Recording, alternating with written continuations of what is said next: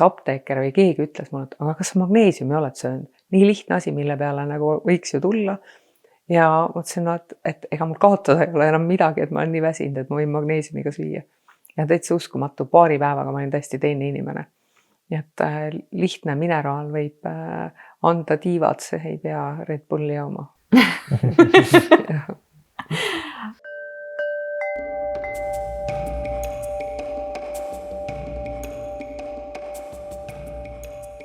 Tere, hea EKOS TV kuulaja ja vaataja. Tere tulemast kuulama meie tänast saadet. Meie seekordseks teemaks on magneesium. Miks on magneesium nii oluline ja millised on erinevad magneesiumi vormid? Sellest me hakkamegi täna rääkima. Mina olen Kadri Pekko ja minu tänased saatekülalised on EKOS-i tootearenduse meeskonnast Angeelika Somelar ja Karl Keskül. Tere! Tere! Tere! Aitäh, et olete siin täna meiega rääkimas. Kuidas te ennast praegu tunnete? Natuke närviliselt. Ja sina, Karl? Väga hästi, natukene on närv sees, aga muidu hästi. Aga sukeldume siis magneesiumisse.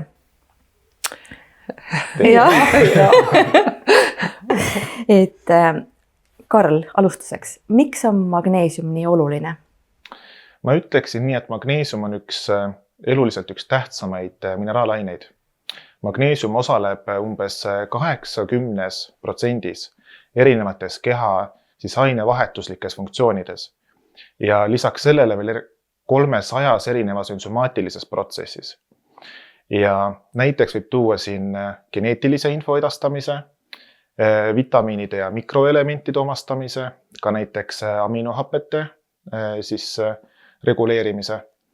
Ja kui me magneesiumist räägime, siis ilmselgelt kohe kõige tähtsam, mida inimesed teavad, on see, et magneesiumi on ju lihastele tähtis, luudele on tähtis, närvisüsteemile on see ülimalt tähtis. Ja lihastest rääkides magneesium üks olulisemaid rolle on ka südamelihastele. Ehk et siis südame löögisageduse reguleerimiseks ja vererõhu jaoks. Ehk et ma ütleks, et magneesium on üks tõeliselt oluline mineraalaine sinu kehas. Aga millised on need magneesiumi puudusest tulevad sümptomid?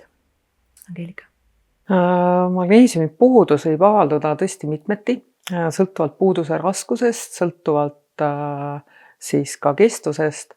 Üldiselt varajased sümptomid jäävad märkamata, aga kui nad juba avalduma hakkavad, siis kõige sagedasem on see, et sa märkad, et sa oled võib-olla natuke väsinud, võib-olla natuke rohkem väsinud ja see väsimus on niisugune kestev, et sa magad öö ära, aga ikkagi tahaks veel edasi magada, eks ole. Ehk et väsimus on üks punkt kindlasti, mida võiks märgata. Selline, võib-olla ka keset päeva sa tunned ennast uimasena, võib-olla sa oled natuke rohkem ärev, võib-olla selline ärevusfoon on kõrgem kui tavaliselt, et sa märkad, et sul on ka võib-olla ärevushäired tekkinud, ärevushood tekkinud. Ehk et selline närvisüsteemi toetus on kindlasti magneesiumil. Karl juba siin mainis lihaseid ja me täna räägime neist lihastest veelgi. Kui sa liigudki rohkem või teedki sporti rohkem, et siis sa ka märkad, et sinu lihased ei taastu ära. Ma ise märkan enda puhul, mul tekivad rahutud jalad, kui mul on magneesiumi puudus, siis ma ei jõua magamagi jääda, kui mu jalad juba siplevad. Ehk et ka lihasprobleemid on magneesiumiga seotud. Ebaregulaarne südametegevus ja südame pekslemine võib olla ka magneesiumi puudus, et sa liigud natuke võib-olla rohkem ja märkad, et tavaliselt sellise tempo peale mul ei tõuse löögisagedus, aga märkad, et pulss on kõrgem. Kõrge vererõhk kindlasti on ka üks magneesiumi puudusest, et seda võiks märgata. Eriti eakamad inimesed, kes võib-olla ka regulaarsemalt mõõdavad oma vererõhku, et ei peagi tähendama, et vererõhu tablett enam ei mõju, aga võib-olla on hoopiski magneesiumi puudus.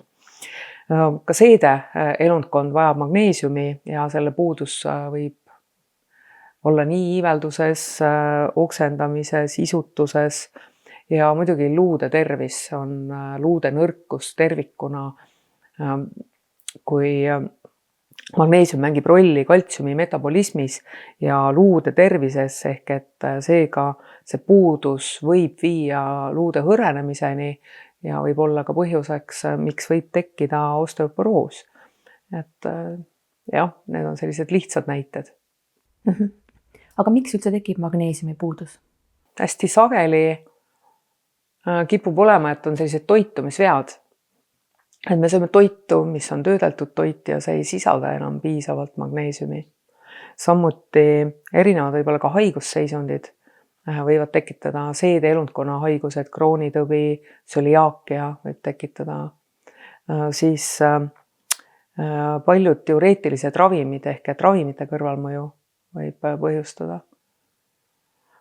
Ka väga sageli on elustiil. Ehk et elustiili alla võime ka võib-olla näiteks ka liigse kohvi tarbimise võib-olla panna, et ka kohvi viib mikroelemente välja, samamoodi sigaretid, alkohol viib mikroelemente sealhulgas ka siis magneesiumi välja ja on ka põhjuseks selliseks pikaldaseks oksüdatiivseks stressiks ja põletikulisteks seisunditeks. Ja Karl, miks me ei saa toidust piisavalt magneesiumi kätte täna? See on nüüd selline natukene pikem, võib-olla huvitavam punkt. Et esiteks ma ütleksin niimoodi, et kuidas inimesed üldse toituvad, mis on meie toidumenüü. Et kes söövad poolfabrikaati, kes söövad siis nii-öelda sellist rämpstoitu rohkem, siis seal nagunii magneesiumit eriti palju ei ole. Ja üldse töödeldud toit, kui me vaatame seda selliselt, siis näiteks seemned ja õlid, mis on ekstraheeritud, et siis sealt ju võetakse magneesium ekstraheerimise käigus välja. Ja samuti teraviljad, et kui me teeme valget jahu, siis me võtame ju idud ja gliid ju sealt eemaldame. See on suurem osa, mis sisaldab magneesiumit. Ehk et kui me näiteks võrdleksime täis teravilja leiba, siis selles on magneesiumit selline 20–30 milligrammi ja selle kõrvale võtame valge saia, siis seal on selline 5–10 milligrammi magneesiumit, palju vähem. Et hästi palju oleneb just, mida me sööme, toidumenüüst. Ja kui me hakkame rääkima, et mis toiduained magneesiumit sisaldavad, siis näiteks lehtköögiviljad, seemned, mandlid, täisteraviljad, aga kui palju me sööme siis reaalselt seda ühte gruppi, et kas me sööme päevas 2,5 tassi täit spinatit või kas me sööme terve 100-grammise paki mandleid päevas ära. Et tuleb enda menüüs jälgida seda, et me sööksime erinevatest magneesiumi toidugruppidest, et me saaksime terviku selle magneesiumi kätte, mida me päevas soovime. Ja teine selline huvitav punkt on veel, et me võime kõik tarvitada siis või süüa väga mitmekülgselt, aga meil on ikkagi magneesiumi puudus. Ja selleks võib olla see, et pinnases ei ole enam piisavalt magneesiumit. Kui pinnases, kus taimed kasvavad, ei ole magneesiumit, ei ole seda ka piisavalt taimedes. Sest praegult hästi palju ju inimeste rahvaarv tõuseb, kuidas me kõik ära toidame. Me ju kasutame selliseid kaasaegseid põllumajandustehnikaid, võiks öelda. Ja näiteks me kasutame fosforväetist ja see mõnikord võib tekitada selliseid lahustumatuid ühendeid, mis on siis fosfaat-magneesiumühendid ja need ei lähe taime, me ei saa ei fosforit ega magneesiumit. Ja kui me kasutame kaaliumväetist, siis me saame taimedest suure koguse kaaliumit, aga magneesiumit ikka ei saa. Ehk et ülioluline, ja see on ka näiteks mahepõllumajanduse puhul, on ülioluline kasutada laia spektriga mineraalainete väetiseid, mitte ainult siis kas ühte kaaliumit või ainult fosforit. Ja. Ma olen soovitanud, et aiapidajatel panna varakevadel juba nõgesed likku kasvuhoone taha, et nõges sisaldab palju magneesiumi ja ka kõiki teisi mineraaleide spektrit hästi ilusas vahekorras ja taimed, mida me sööme, sisaldavad siis ka kõike seda, mida me ootame. Et sellega siis kasta taimi? Et sellega kasta taimi, jah. Aitäh sulle, et sa oled olnud EKOS TV kuulaja ja vaataja. Kui meie saated on sind inspireerinud, siis jaga neid ka oma sotsiaalmeedias, et see jõuaks nendeni, kes seda kõige rohkem vajavad. Kingituseks on meil sulle 15% sooduskood EKOS TV 15, mis kehtib kogu tootevalikule meie kodulehel ekos.ee. Aga Angeelika, meil on väga palju erinevaid magneesiumi vorme ja ka EKOSil on väga valikus erinevad vormid. Mis vahe nendel on? Kuidas seal orienteeruda? Ja, no kõige peamine selline erinevus tuleb imendumise efektiivsusest ja ja ka muidugi spetsiifilistest tervisemõjudest, et see ongi see kõige põhilisem, et erinevatel magneesiumi vormidel, näiteks magneesium tsitraat, mis on üks populaarsemaid ja paremini imenduvamaid magneesiumi vorme, on segatud sidrunhappega ja seda kasutatakse sageli seedetrakti probleemide korral, seda on niisugune üldmagneesium, mis sobib enamasti kõigile ja väga väikeste kõrvalnähtude mõjudega ja teda võib ka tarvitada nii hommikul kui ka õhtul. Magneesiumglütsinaat on hästi populaarne, ta on seotud aminohappe glütsiiniga ja see on rahustava toimega vorm. Ja ma olen soovitanud, et magneesiumglütsinaati võiks manustada tarvitada õhtusel perioodil, sest aitab ka rongi pealt hästi maha saada, et ta rahustab maha kogu närvisüsteemi ja ta on kõige vähem, ma ütleks, ka selliste kõrvalmõjudega, et ei tekita kõhulahtisust. Magneesiumoksiid, mida meil siin pakkuda hetkel ei ole, sisaldab suurel hulgal küll elementaarmagneesiumi, aga selle imendumine on suhteliselt madal ja kasutatakse tihti teda maohappe neutraliseerimiseks, ehk et tegelikult on ta hästi omastuv ja apteekides sageli müüdav. Magneesiummallaat on üks minu lemmikvorme, meie Magnesium Pro sisaldab ka malaati, ta sisaldab õunhapet ja aitab toetada energia tootmisse eeskätt just lihastes, et kes teevad rohkem trenni või kellel ongi rahutud jalad või kes teeb füüsilist tööd, siis ma soovitan võib-olla päevaseks ajaks malaadi peale mõelda. Magneesiumlaktaat on piimhappega seotud ja teda peetakse eriti sobivaks neile, kes vajavad näiteks suurtest doosidest magneesiumi manustamist, teatud haigusseisundite puhul võib see tulla teemaks ja kuna ta on maole üsna õrn, ehk et siis võiks laktaati tarvitada. Magneesiumtauraat on tauriiniga seotud, nagu ta nimigi ütleb, ja see on eeskätt soovitatud kõigile neile, kellel on vererõhuteemad, kellel on südameprobleemid, ehk et ta toetab südame-veresoonkonda. Mulle endale meeldib ka magneesium treonaat. Eestis käsimüügina treonaati ei ole lubatud kasutada, aga tema on siis selline vorm, mis mõjub siis otse ajule, kognitiivsele närvisüsteemile ja on ka rahustava toimega. Kuidas siis ma ikkagi tean, millist endale valida? Võtan need sümptomid ette ja hakkan sealt näpuga järge ajama või kuidas? Soovitaks nõu pidada ja võib-olla ka miks mitte alustada võib-olla sellisest magneesiumkompleks vormist, aga õhtuseks ajaks võikski mõelda, et ma arvan, me kõik vajame õhtuks natukene sellist rahustavamat keskkonda, et siis sobiks magneesiumglütsinaat.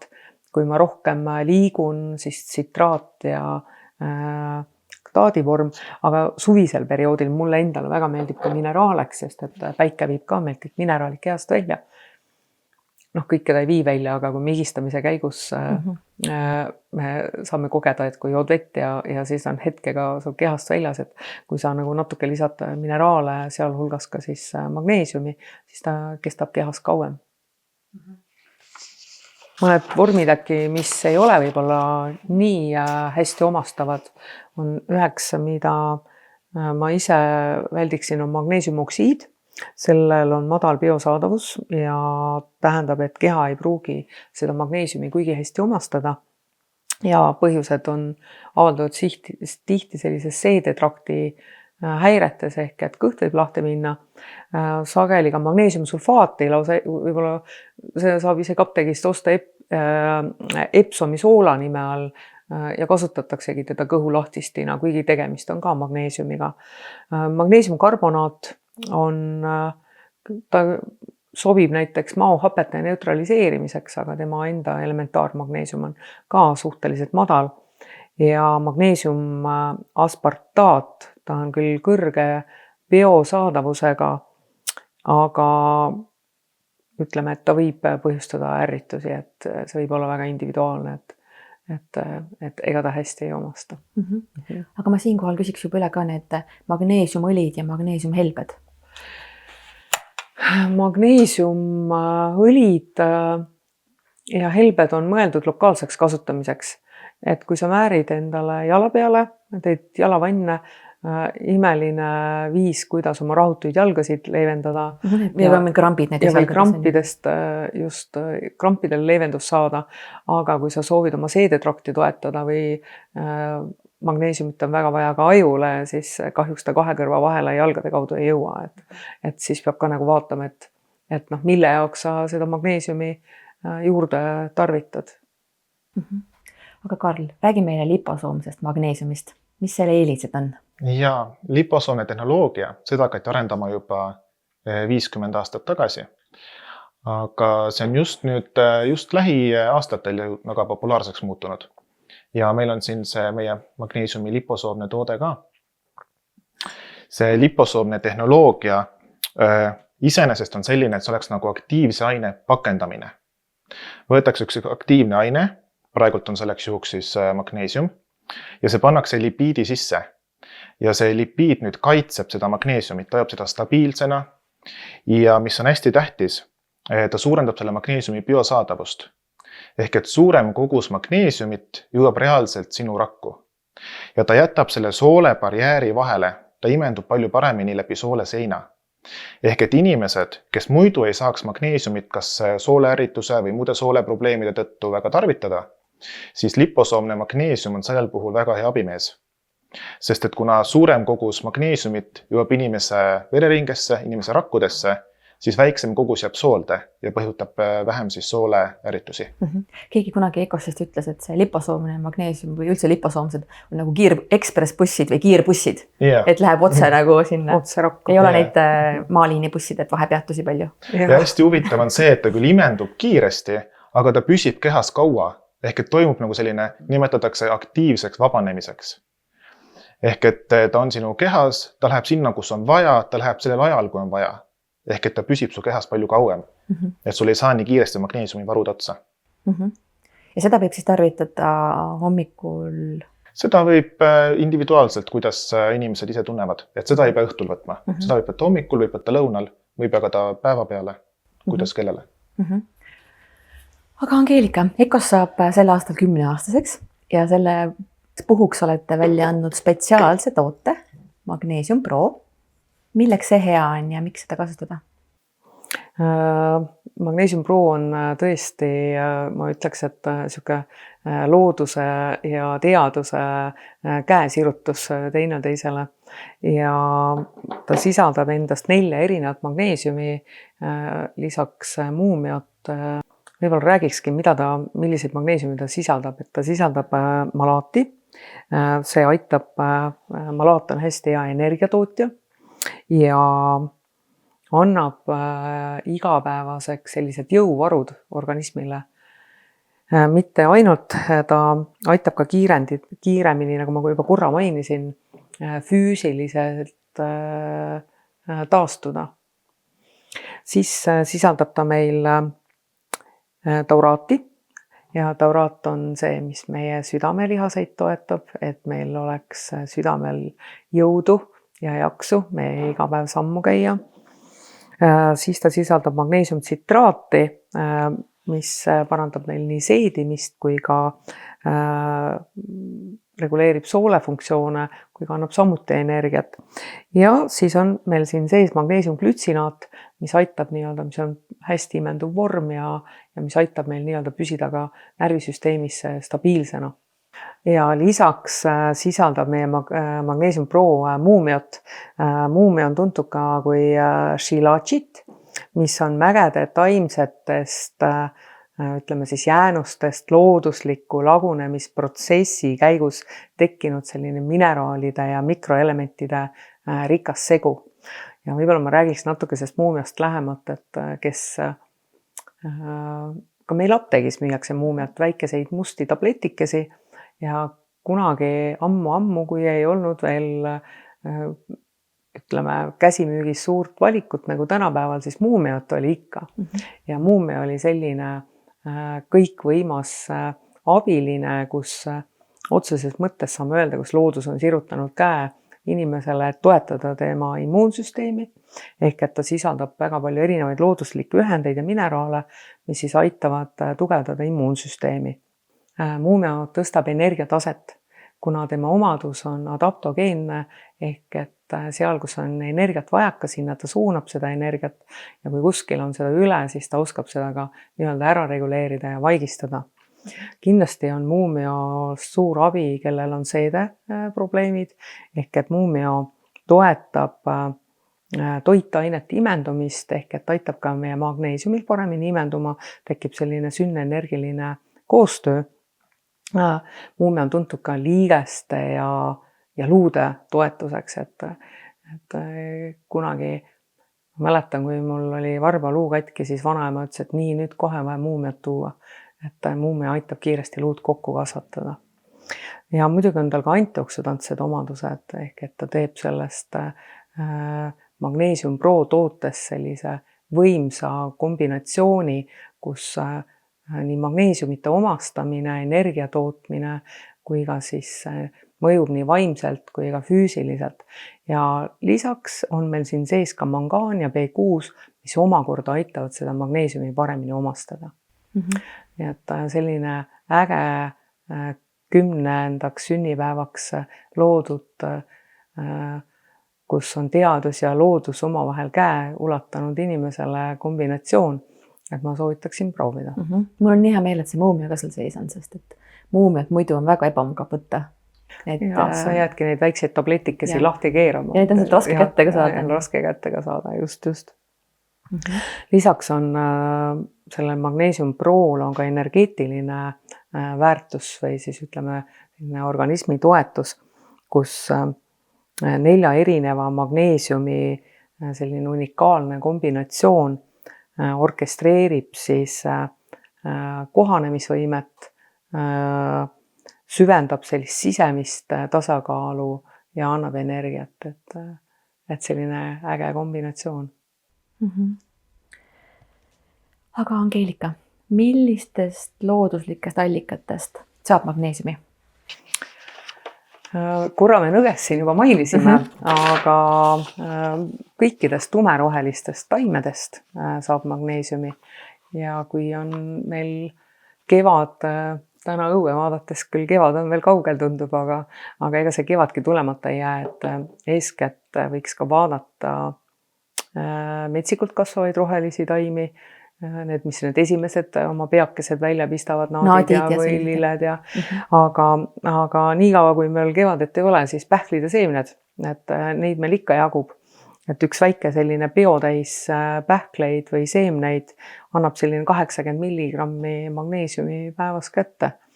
Karl juba mainis siin ka täisteratooteid, et just nimelt, et kui nad on täisterad, siis täisteradest me saame ka magneesiumi, kui on need terad ära lihvitud, siis seal enam magneesiumi ei ole. Et täisterapasta võiks olla eelistatum tavapastale, et kes on pastasõbrad. Ma ise armastan hommikuti avokaadot süüa, siis ma ütlen, et nii, et minu üks osa magneesiumist tuli nüüd siit hommikusest avokaadost.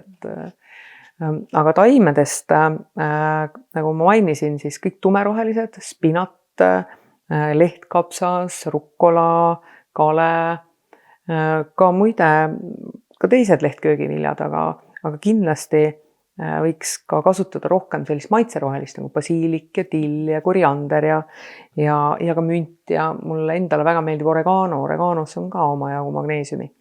Aga see magneesium saab sinna taime sisse ikkagi siis, kui see muld, kus see taim kasvab, sisaldab magneesiumi. On ikkagi nõgese veega kastetud. Ja et on nõgese veega kastetud, eks ole. Ja aga muidugi metsikult kasvanud taimedes on ka kindlasti rohkem magneesiumi, kui te ostate väikese potiga salati, et seal ei pruugi see oodatud olla. Ja sojatooted sisaldavad kaunviljat, sisaldavad läätsed, kikerherned, sisaldavad samuti magneesiumi. Aga see on nüüd hästi individuaalne, et kui palju keegi vajab, omastab ja kui palju nagu sööb, et Karl korra mainis, et hea oleks, kui seda magneesiumi tulekski erinevatest allikatest ja teda oleks nagu kombineeritud, et seda paremini ta omastub. Väga kaltsiumirikkad toidud ei lase näiteks magneesiumil omastuda, ehk et mida rohkem on nagu mineraalainet tasakaalus, seda paremini ka magneesium omastub. Ma soovitaksin ka tarvitada näiteks mitte ainult erinevaid toidugruppe, aga ka erinevaid tootjaid. Sest näiteks kui on uuritud, kui palju miski toiduaine siis sisaldab magneesiumit, siis on leitud ka, et ühes pinnases, mis on ju magneesiumi vaene, võib olla selline kogus magneesiumit, teises võib olla palju vähem täpselt samas tootes, aga teises piirkonnas kasvatatud, teisel võib olla aasta ajal üles korjatud, teise tootja oma, millega on väetatud. Ehk et alati ei saa üks-ühele usaldada kõiki andmebaase. Et mõnes andmebaasis võib olla info on natukene siis aegunud, kuidas see info on üldse kogutud sinna kokku, et kas on erinevate tootjate, erinevate päritolude siis toiduaineid uuritud. Et see on ka selline huvitav teema. Aga mis koguses tuleks siis magneesiumit igapäevaselt tarvitada? Täiskasvanutel on selline üldine soovitus 310 milligrammi kuni 400 milligrammi. See on nii nagu spetsiifiline number, 310. See on siuke täiskasvanutele keskmine, see oleneb ka natukene piirkonnast, see oleneb, kes annab välja siis selle soovituse. Näiteks Eesti toitumis- ja liikumissoovituste järgi, mis on 2015 aastal välja antud, oli kirjas niimoodi, et meestele on soovitus 380 milligrammi magneesiumit päevas ja naistele 320 milligrammi magneesiumit. Kuidas seda mõõta saab siis? Ega ei saagi. Ega väga nagu ei saagi, see ongi selline keskmine antud, mida inimene võiks nagu tarvitada. Ja see oleneb ka natukene sellest, mis piirkonnas me elame, mida me sööme, et sellepärast on ka selline annustamise kogus nagu antud. Ja see võiks tulla nagu toidust. Toidust oleks kõige parem, kui saaks ka kokku selle magneesiumi. Ja näiteks väikelastele beebidele on antud sellised 6-kuused on 80 milligrammi ja siis sealt, mida vanus edasi, seda rohkem siis on magneesiumi siis sisaldus võiks päevas nagu suureneda. Et teismeliselt seal 10-13 aastased, seal on juba selline 300 milligrammi kanti. Aga kas lapsed võivad võtta mõnda magneesiumi vormi meie omadest ka või? Ja, ikka võivad. Ikka võivad, aga siin peab vaatama koguseid.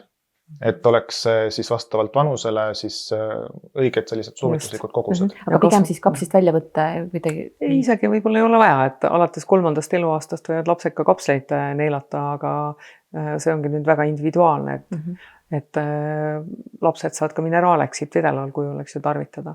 Aga noorukias on 40 kuni isegi 400 milligrammi magneesiumi soovitatud, et kasvu eas vajavad noored rohkem magneesiumi.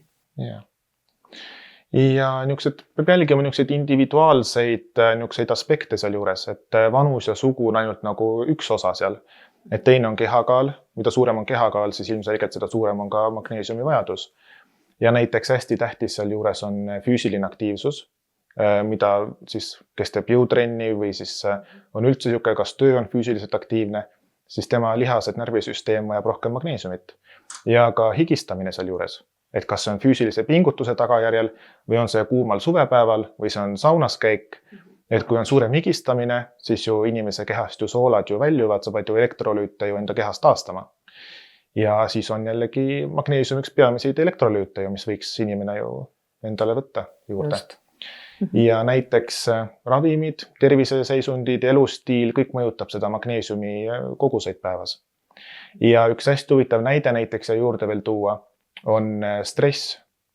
Et kas see on siuke lühiajaline stress, et ma olen praegu siin kaamera ees, mul on siuke lühiajaline stress, siuke mingi stressiperiood või on see krooniline pikem stress, siis stressihormoonide tase tõuseb, kortisol, adrenaliin. See omakorda suurendab siis uriinieritust ja muidugi see ju viib neerude kaudu ju magneesiumit välja. Ja siis lisaks sellele su keha vajab rohkem energiat, siis magneesium on ülioluline ATP sünteesis, jälle energia tootmisel, kõik muud ainevahetuslikud protsessid. Siis on see selline... Oota, mis see ATP on? ATP on siis kehasse selline energiamolekul, see annab siis kehasse energiat, transpordib. Ja lihaspinged, sest et kui su keha on stressis, sul läheb lihased lähevad pinge, su süda hakkab taguma rinnus, sul siis käed lähevad higiseks, sul kõik selline see lihaste süsteem. Ja siis magneesium on seal ülioluline, et lihased saaksid lõdvestuda, rahuneda, taastuda. Et sellised stressiperioodid võivad magneesiumivarud kehas ikka päris kiiresti tegelikult ära võtta. Et siis stressiperioodidel mina soovitaksin julgelt magneesiumit toidulisandina juurde võtta. aga kas magneesiumi on võimalik ka liiga palju võtta? No kui ka teise aine puhul on ka magneesiumit võimalik liiga palju võtta. Et magneesiumi sihuke üleannustamine toidulisandist on selles mõttes päris raske, kui sa võtad seda soovituslikes kogustes. Mis need kõrvaltoimed võivad olla siis, kui ma liiga palju võtan magneesiumi? Seal võivad olla erinevad, peamiselt on neerud, sest neerud on need, mis viivad su kehast magneesiumit välja. Et nemad on need siuksed esimesed kannatajad. Kui võtta kohe siuke suurem kogus magneesiumit, alati see peab ka suurem kogus olema.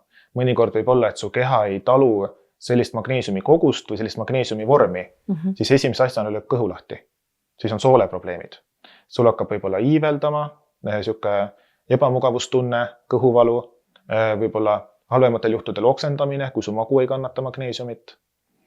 Ja siis muidugi ka sellised, kui pikaajaliselt on üle võetud või siis ka võtad suurema koguse, mis jõuab sulle isegi organismi, siis on selline südame pekslemine, südame rütmihäired, madalam vererõhk, siis ka muidugi kõik, mis on seotud siis lihaste ja närvisüsteemiga.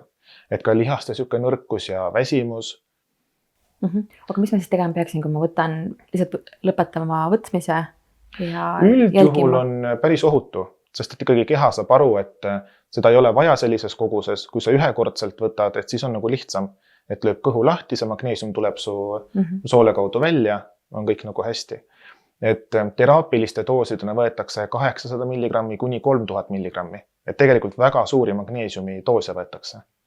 Aga seda, kes tahab ka võtta suuremaid doose või ka teraapiliselt antakse, siis seda järk-järgult tõstetakse magneesiumi kogust. Ja tema kindlasti ka jälgimise all on ju. Jah, et ei anta kohe korraga sulle 3000 milligrammi, sa võtadki alguses selle 200 milligrammi, 300 milligrammi ja sealt lähed nagu edasi.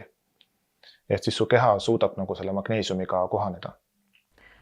Aga millal, me oleme küll toodete kohta natuke rääkinud, aga võtame korra uuesti ette, et millal peaks siis erinevaid neid magneesiumi võtma? See on selline väga individuaalne. Ma ütleks, et ei ole sellist ühtset õiget aega nii-öelda. Et nagu Angeelika rääkis magneesiumglütsinaadist, siis üldjuhul magneesiumit võib kuulda, et soovitatakse õhtuti võtta. Ja just see ongi glütsinaadi puhul.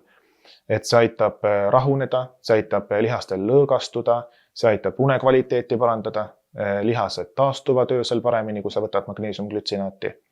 Et see on selline hea asi, mida võtta siis, kui sa jõuad töölt koju, sul on võib-olla siuke stressirohke päev olnud, võtad magneesiumglütsinaati ja kohe õhtul on palju parem tuju. Mulle meeldib see Angeelika väljend ka, et aitab rongilt maha. Yeah. Ja meie soolehattudest tullakse magneesiumi, ütleme siis magneesiumi depoost, magneesiumi näiteks aiu hankima kuskil 9 ja 10 vahel. Nii et selleks ajaks võiks seal juba midagi ees olemas olla, et ärge päris õhtuks jätke. Minul näiteks meeldib peale hommikuti võtta magneesiumi, nii et see ongi individuaalne. Ja võetakse toiduga, võetakse ilma toiduta. Soovitatakse toiduga sellepärast, et toidus on B-grupi vitamiinid, B6, mis aitab magneesiumi limenduda, C-vitamiin, D-vitamiin, ka näiteks kaalium, naatrium. Et siis on magneesiumil seal abilised kõrval, mis aitavad imendumisele kaasa. Ja aga meie proos, ma unustasin öelda, sisaldab ka mangaani ja sisaldab ka B6 ka just selleks, et toimuks parem omastamine. Ja näiteks, kellel on tundlik magu, siis võtavad näiteks toiduga koos magneesiumit. Et kes saavad võtta ilma, siis võetakse ka ilma. Ja tundlikule maul on see eriti liposoomne on ju? Just. Ja kui see isegi liposoomne tekitab probleeme, siis toiduga võtta on alati ohutum. Et see on alati hea mõte. Ja lisaks sellele siis võib võtta näiteks hommikul, nagu Angeelika ütles, tühja kõhuga võib võtta. Osad võtavadki hommikul just selle eesmärgiga, et see annaks energiat, siis annab sellist keskendumisvõimet päeva peale. Ja just hommikul nagu muidu inimesed võtavad kohvi, aga siis osad võtavad magneesiumit. Sinu valik, kumba võtad? Tegelikult kohvi armastab ka mikroelemente kaasa viia endaga, nii et kui palju kohvi juua, siis see on ka oht, et sul ongi puudus. Aga kuidas ma korraks kasutan seda kohvi teemat siin ära, et kas koos kohviga toidulisandid võtta? Mitte kunagi. Ei ole hea mõte, aga kui pikk peaks see vahe olema? Selline siuke hea tava, mis mina ütlen, on selline 1 kuni 2 tundi. Et kui sa võtad 2 tundi peale seda, siis üldjuhul on sul vähemalt sealt maost see eest ära läinud. sõltub veel ka sinu seedetrakti nii-öelda siis omadustest juba, et kui kiire seedimisega sa oled, kas sa jood kohvi kaerapiimaga, kas sa jood kohvi tavalise piimaga, kas sa jood musta kohvi, kas sa jood meega või suhkruga ja neil kõigil on see läbilaske aeg erinev, aga kohvi nagu veres ringleb kuni 12 tundi. Nii et see on juba individuaalne. Ja osad võtavad päeva peale. Võtavad hommik, lõuna, õhtu, et sellised hästi-hästi individuaalsed vajadused. Tulebki ära tunnetada, kuidas kellegile see sobib ja mõjub, sest erinevatel eluetappidel ka inimesed vajavad erinevalt magneesiumi. See tunnetamise mõju on ka just hästi tähtis, et näiteks kes on ka neerupuudulikkusega või neeruprobleemidega, südamehaigustega inimesed, et nendele näiteks kohe ei julgegi soovitada, et pigem nad võiksid pöörduda siis kas raviarsti poole küsida, et millal võtta, et kui sa võtad näiteks südameravimeid või sa võtad antibiootikume või siis mingit diureetikume näiteks, mis viivad vett kehast välja, et siis on hästi oluline küsida arsti käest nõuandeid. Kas ma võin võtta magneesiumit, mis vahe ma peaksin hoidma sellel ravimil, et kui ma võin võtta, et selline arstiga või üldse selline terapeudiga suhtlemine sellel teemal on hästi oluline. Ja meil saab Pekorsist alati küsida ka nõu, kui kõhklete, kahtlete, et kuna ja millist magneesiumi kuna tarvitada. Aga räägime erinevatest vanustest ka, et mis erinevatel eluetappidel, kui palju magneesiumi või kuidas? Tõesti, kuna magneesium on selline mineraal, mida inimene vajab nagu tegelikult kogu oma elu, siis lastest me juba siin natuke rääkisime, aga nooruki eas väga palju mõjutab ju toitumine ja laste toitumine üldse tervikuna, kuna magneesium võtab osa ka väga suuresti hammaste arengust, aju arengust, luude, liigeste, närvisüsteemi tööst. Ja tänapäeval on teema, et lapsevanemad ei saa oma lapsi tumerohelisi taimi sööma, eks ole. See tegi smuutid. Jah, smuutid ja smuutidesse saab ilusti panna. Siis laste ja magneesiumi vajadus on järjest rohkem päevakorras ja sõltub ka lapse aktiivsusest, et kui laps käib mitmes trennis, siis ta kulutab seal oma magneesiumi depoo väga kiiresti tühjaks. Ja kuna magneesium aitab ka immuunsusele kaasa, laste puhul veel võib-olla tooks välja, et ATH lapsed peaksid kindlasti magneesiumi lisa võtma, et õhtuks ennast maha rahustada. Et kõige parem, kui kodus kaardistatakse võib-olla selline toidusedel läbi ja vaadatakse, et kust kohast ja kui palju tuleb nagu magneesiumi meil toidust. Ja siis saab juba teha ka plaani, et kui palju ja millist magneesiumi juurde võtta. Sest eakad inimesed vajavadki rohkem magneesiumi, nende toidulaud on ka võib-olla natukene vähem mitmekesisem. Samuti imetavad emad, rasedad vajavad kindlasti rohkem lõõgastamiseks ja oma siis rahutute jalgade ja närvisüsteemi toetuseks samuti magneesiumi rohkem, et need on need kohad, mida nagu tasuks kindlasti vaadata. Karl juba rääkis, et kui palju on see magneesiumi vajadus, et see on väga varieeruv. Et väga selline tunnetuse koht, et tasuks need sümptomid läbi vaadata ja ennast hinnata, et kui hästi mu lihased taastuvad ööga ära. See on nagu selline hea koht, et vaadata, et kas mul on midagi puudu, kas ma saaks millegi ennast toetada. Aga räägi, Angeelika, lähemalt naiste ja meeste magneesiumi vajadusest. Kas seal on vahe? Kas seal on vahe? No natuke ikka on vahe, sellepärast, et mehed üldjuhul vajavad rohkem. Mehed on ju palju suuremad ka, vaata, eks ja Karli minu kõrval on ju. Tema lihasmass versus minu lihasmass vajab märksa rohkem magneesiumi. Aga naised vajavad magneesiumi ka erinevatel eluetappidel erinevalt. Näiteks kindlasti premenopausi perioodil ma soovitaksin kindlasti naistele hakata juba magneesiumi tarvitama. Mul on kunagi selline ütlus olnud, et naised 45+ võiks kuni 145 aastani võtta magneesiumi päevagi vahele jätmata. Et kindlasti keha kasutab kõik ära, et ei pea nagu kartma seda. Aga mis võib-olla on vähem nagu teemaks olnud, et PMS-i ajal naised saaksid oma magneesiumi varusid taastades lõõgastada oma lihaseid ja need vaevused oleks kindlasti märksa tagasihoidlikumad, et sellel perioodil võiks tarvitada ka lisaks magneesiumi juurde.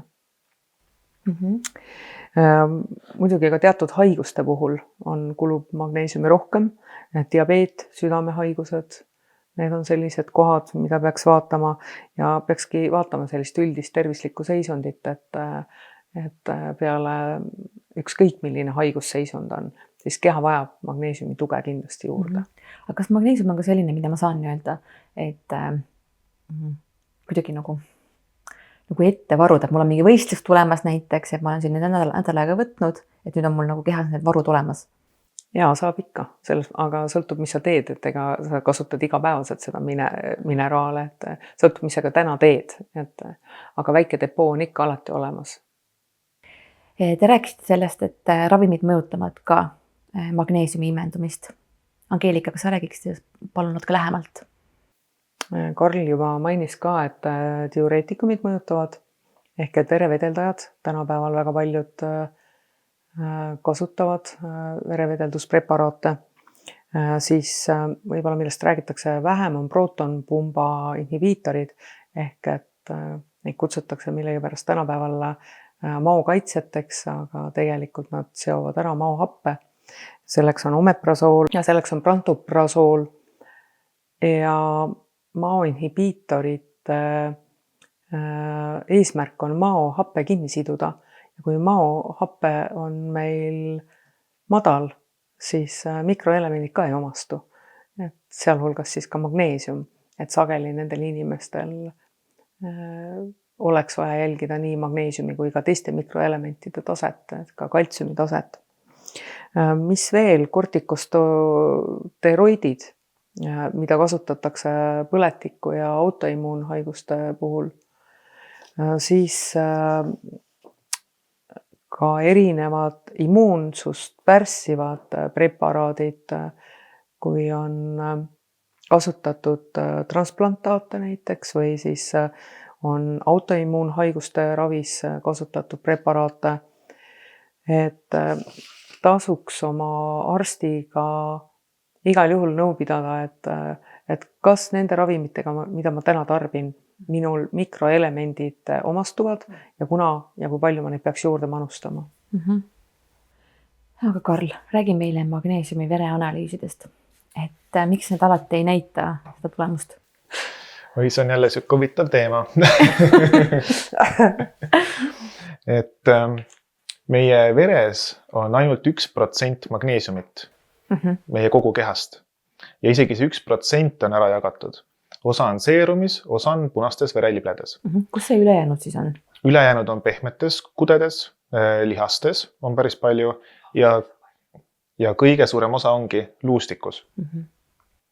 Ehk et see väike osa seal veres ja nüüd seda mõõdetakse laboris ja seda mõõdetakse vereseerumist. Ja see referentsvahemik on seal 0,7 kuni 1 millimoli liitris. Et kuigi ta on selline päris nagu selline konkreetne vahemik.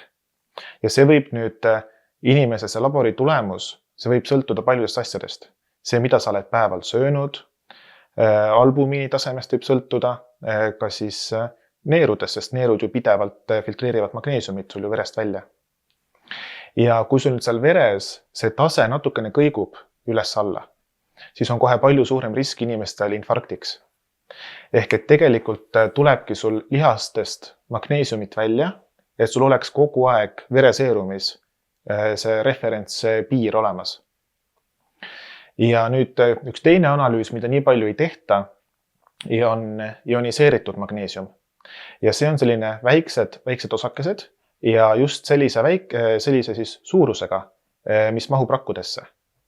Aga seda analüüsi väga ei harrastata, seda on keerulisem teha, ta on kallim, seal ei ole piisavalt standardeid sellele tehtud. Aga see näitaks võib-olla isegi paremini siis inimese kehas olevat siis seda seisundit, et kas on magneesiumi puudust või ei ole. Ehk et isegi nüüd ongi see võimalik, et sulle tehakse magneesiumi analüüs ja siis arst vaatab või siis patsient ise vaatab, et mul on ju seal referent piiris ju, et veres on ju magneesium korras, aga see ei näita tegelikkust, mis on sinu enda kudedes ja luustikus. ehk et samal ajal võib sul olla lihastes magneesiumi puudus. Aga seda põhimõtteliselt ei saagi siis kuidagi teada? Põhimõtteliselt mitte, jah. Laste hammaste probleemid on number 1 on magneesiumi puudus. Et väga suur osa magneesiumist on just hammastes. Ja sellepärast ma arvan, et jääbki väga palju erinevaid haigusseisundeid siis kas nagu siis pannakse väärdiagnoos sinna või tegelikult saaks siis magneesiumiga ära lahendada. Et sellepärast mina väga julgelt tegelikult soovitangi inimestele magneesiumi preparaati võtta. Angeelika, sa jagasid ka enne siin oma vahel, et kuidas sinu enesetunne paranes, kui sa magneesiumi hakkasid võtma? Ja mul oli ka kunagi otsene kogemus, et siin on juba 15 aastat tagasi, ma mäletan, et oli siuke raskem periood elus ja ma mõtlesin, et issand, kohe nagu pikka aega ma olin väga väsinud. Ma olin nii väsinud, et ma mõtlesin nii, et pole ime, et inimesed surevadki noorelt ära, et ei aidanud ei taimede söömine ega midagi ja ma ei mäleta, kas apteeker või keegi ütles mulle, et aga kas sa magneesiumi oled söönud? Nii lihtne asi, mille peale nagu võiks ju tulla. Ja mõtlesin, et ega mul kaotada ei ole enam midagi, et ma olen nii väsinud, et ma võin magneesiumiga süüa. Ja täitsa uskumatu, paari päevaga ma olin täiesti teine inimene. Nii et lihtne mineraal võib anda tiivad, see ei pea Red Bulli jooma. Aga kas teil lõpetuseks on midagi veel magneesiumi kohta öelda, millest me ei rääkinud või midagi läks meelest? Tean, et noored tüdrukud teinekord reguleerivad oma kõhukinnisust magneesiumi ületarbimisega. Seda tehes ajutiselt on väga okei, organism tuleb sellise muutusega toime, aga kui seda teha pikemaaegselt, siis sool on ikkagi pingeseisundis, et ma ei soovita seda pikaaegselt teha, et tegelikult suurendage kiudainete osakaalu oma toiduratsioonis ja te lahendate selle teema ära. Et nagu Karl siin julgustab kõiki lisamagneesiumi sööma, siis ma julgustan ka, et nagu ma ütlesin, et 45–145 ei peaks päevagi pahele jätma, et kõik kulutate ära, et nii on. Ma ütleksin, et kuula enda keha, et väga palju pead ise enda keha kuulama, mis on sinu jaoks õige, et ka siis magneesiumi doosidega, magneesiumi vormidega, et proovi erinevaid magneesiumeid ja vaata, mis on sinule kõige parem. Et kõige tähtsam ongi see iseenda keha kuulamine. Ja lõpetuseks, millised teie lemmikud on? Mulle meeldib Ecos 10 hommikul ja õhtul grütsinaat. Ja Karl? Ma pean muidugi selle liposoomse valima. Mina võtan ka liposoomse. Kui ma lähen nagu matkale, siis mul on lipo kaasas. Et ma isegi ei mõtle, siis on ta mul alati kaasas. Aitäh teile! Aitäh! Aitäh! Aitäh, Karl! Aitäh sulle! Ja aitäh sulle, kallis kuulaja ja vaataja! Nagu Karl ütles, siis kuula oma keha. Uute kohtumisteni!